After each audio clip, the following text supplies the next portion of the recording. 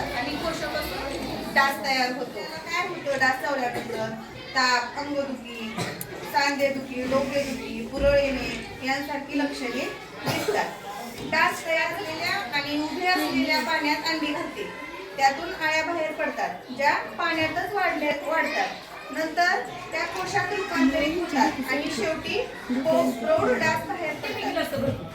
ते केमिकल आपण वापरलं तर आपल्याला लगेच ते त्याचा धूर जर समजा आपण लावून जरी केलं तर आपल्या पूर्ण शरीरामध्ये गेलं तर आपण त्याचा लगेच शरीरावर परिणाम होतो, शिंका येतात, त्रास होतो, लगेच डोकं गरगर फिरायला लागतं. तर आपण डास तयार होणे यासाठी घरगुती उपाय: कडुलिंबाचे पाणी घ्यायचे, त्याला 2 दिवस वाळवायचे आणि लवंग घ्यायचे 5-6 आणि तिथं तो दिवा ठेवायचा आणि त्याच्याकडे लक्ष ठेवायचं.